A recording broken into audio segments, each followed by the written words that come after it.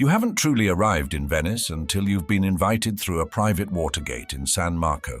Where other districts count tourist attractions, this legendary neighborhood counts noble families who still occupy their ancestral palazzos, some graciously sharing space with luxury hotels. Today, we'll uncover why global elites spend fortunes on properties they rarely visit, why boutiques maintain secret collections never displayed in windows, and how old-world connections still open doors that money alone cannot. Welcome to Venice's most magnificent address, where wealth whispers in perfect Italian. In San Marco, where property values hover around €6,000 per square meter, morning begins well before the tourists arrive. This district, the beating heart of Venice, commands the highest real estate prices in the city, a fact that becomes evident in the meticulously maintained facades and private water gates that line its canals. 70% of high-end buyers here hail from abroad, primarily British, French, and German nobility seeking their slice of Venetian paradise. A sunrise stroll along secluded canals provides the sort of serenity that draws global elite to invest millions in properties most will only visit a few weeks each year. Breakfast at Café Florian, developed specifically for wealthy foreigners in the 19th century, still serves as the morning parliament for San Marco's privileged residents.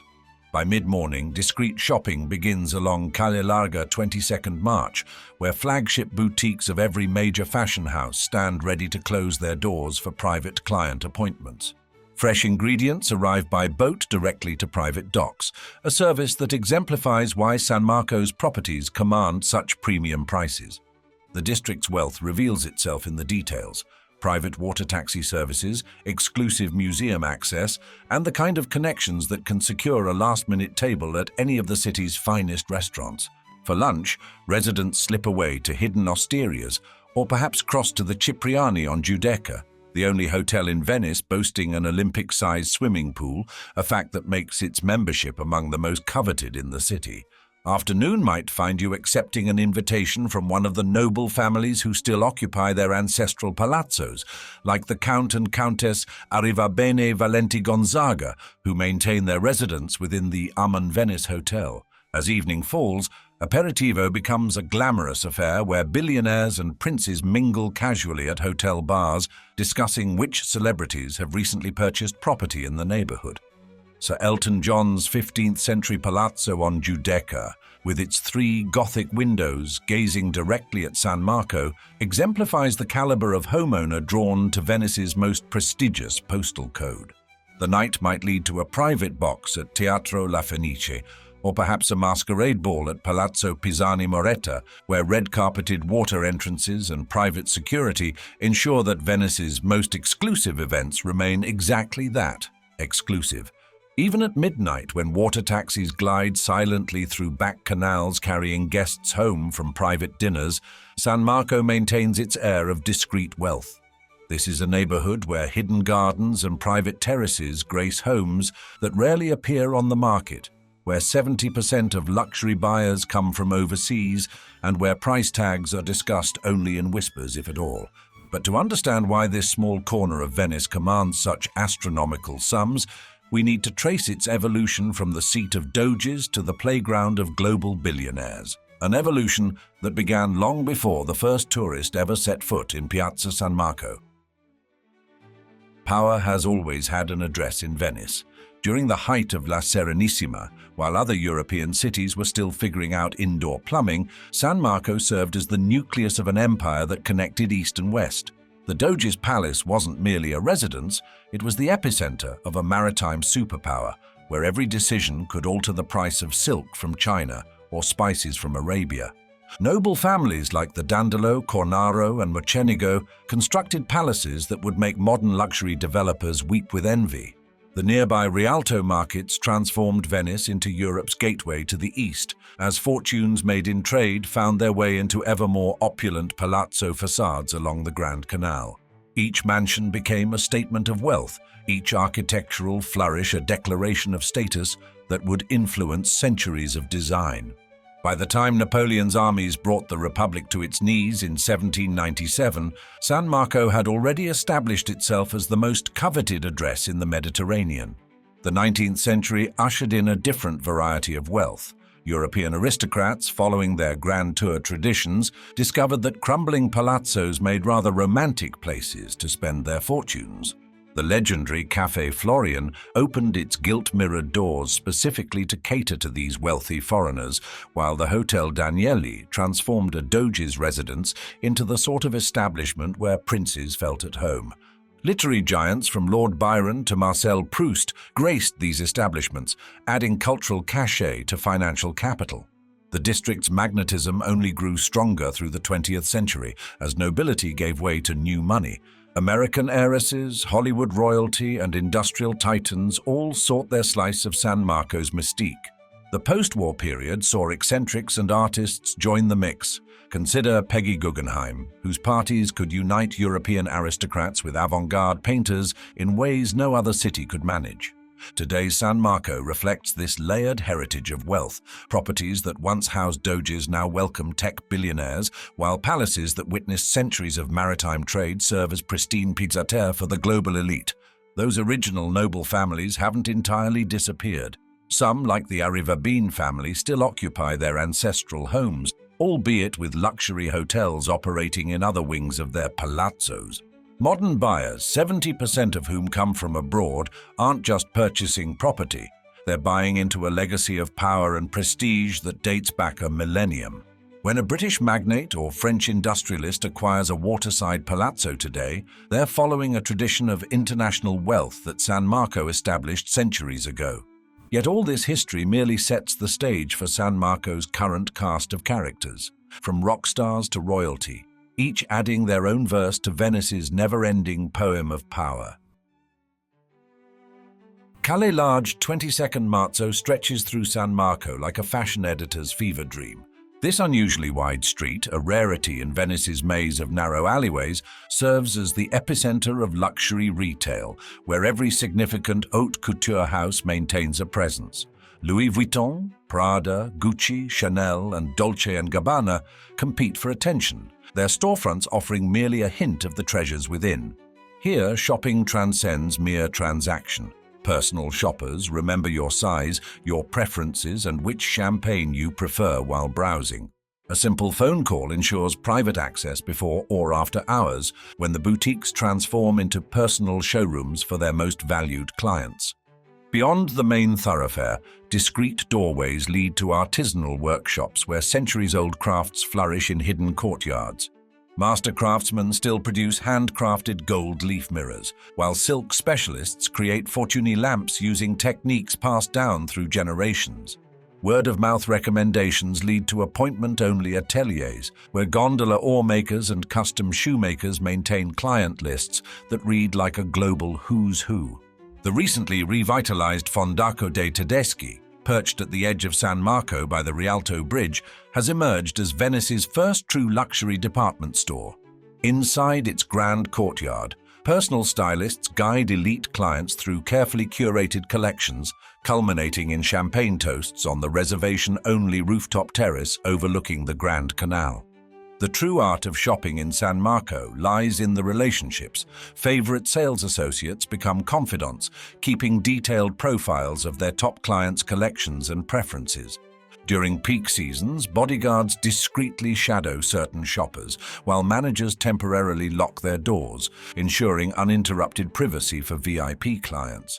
Many boutiques maintain a selective notification system, alerting their most valued customers when limited edition pieces arrive or rare items become available.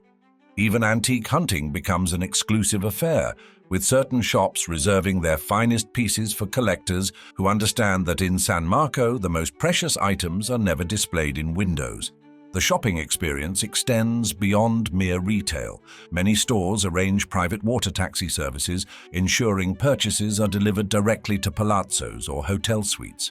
For those seeking something truly unique, bespoke velvet carnival costumes can be fitted by old family ateliers who have dressed Venice's elite for generations. Some boutiques keep special collections hidden from public view, available only to those who know to ask for them by name. The district shops understand their clientele so well that they often anticipate needs before they arise. a skill refined over centuries of catering to the world's most discerning customers. Custom orders are handled with the kind of discretion usually reserved for diplomatic missions, while personal shopping appointments can stretch into day-long affairs complete with private lunches. But perhaps the most compelling reason to shop in San Marco isn't found in the boutiques at all. It's in the grand dining rooms where these purchases are first displayed, and where Venice's elite gather to appreciate each other's acquisitions over Michelin-starred meals. Dining in San Marco isn't merely about sustenance, it's a performance where every table becomes a stage. Ristorante Quadri presides over St. Mark's Square like a culinary crown jewel, its Michelin star twinkling as brightly as the basilica's mosaics. Under the Alamo family's stewardship, Quadri transforms each meal into theatre, where orchestras play in the piazza below, while fortunate diners savor Adriatic seafood risotto by candlelight. The Oro restaurant at the Belmond Hotel Cipriani lives up to its golden name, serving 7-course tasting menus to billionaires and celebrities beneath the stars. From its terrace, one watches the lights of San Marco shimmer across the lagoon, a view that pairs particularly well with vintage champagne. Glam, Venice's only 2 Michelin-starred establishment, draws San Marco's residents across the Grand Canal by private water taxi for chef Enrico Bartolini's culinary artistry.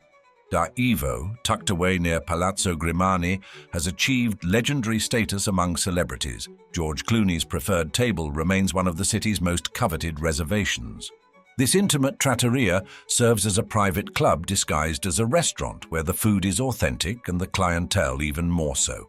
Harry's Bar, a stone's throw from St. Mark's Square, has been serving perfectly mixed martinis since 1931.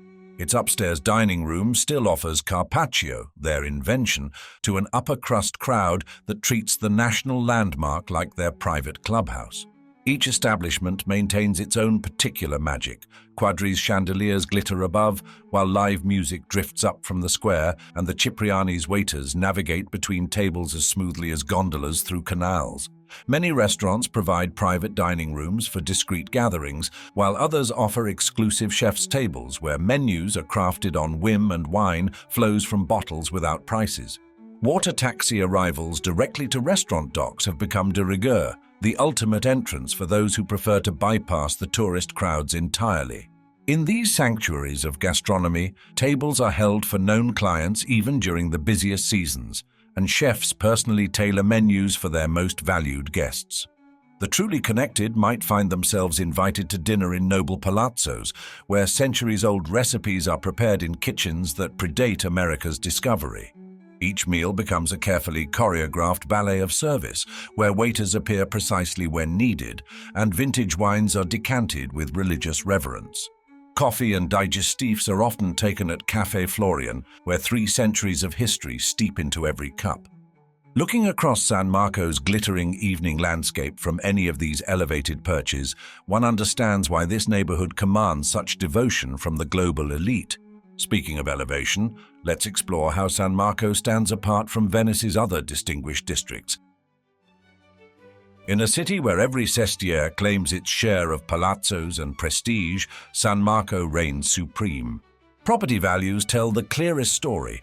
At €6,000 per square meter, San Marco Rialto commands the highest prices in Venice, making other districts seem almost reasonable by comparison. The neighboring Cannaregio district maintains its authentic Venetian charm, yet lacks the international cachet that draws 70% of high-end buyers to San Marco's shores. San Polo might have the bustling Rialto markets, but San Marco has transformed shopping into an art form along Calle Larga XXII Marzo. Even the illustrious Grand Canal seems to save its finest facades for the stretch that borders San Marco, where water gates still welcome private boats as they did in the days of doges. While other districts house their share of luxury hotels, only San Marco can claim establishments like the Gritti Palace and the soon-to-be Four Seasons Hotel Daniele, where celebrities feel more at home than in their own mansions. The district's proximity to St. Mark's Square might attract tourists by day, but this same location has drawn the world's elite for centuries, from Lord Byron to George Clooney. Where Castello offers glimpses of local life and Santa Croce maintains its distance from the crowds, San Marco has mastered the art of existing in two worlds simultaneously. Behind its public facades lie secret gardens and private courtyards unknown to guidebooks, where centuries-old noble families still reside alongside modern magnates. Other neighborhoods may offer palazzos for sale, but only San Marco provides the keys to a social world that money alone cannot access. The district's ability to maintain its exclusivity while sitting at Venice's very heart speaks to its unique position in the city's hierarchy. Here, even the water appears more rarefied, carrying private water taxis rather than ordinary vaporetti.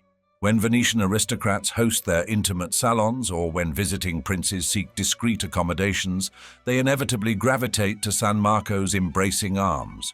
In a city built on water and sustained by beauty, San Marco stands as the culmination of everything Venice represents: artistry, wealth, power, and the sophisticated joy of living well.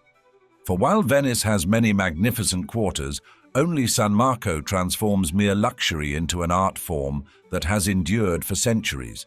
And now, I'd love to see you in the comments below. Have you visited Venice, Italy before, or would you like to? I can't wait to hear your personal experiences and travels, so don't be shy and leave us your thoughts below. With that said, thanks for joining us for another episode of Sir Luxury Travel, and ta-ta until the next one.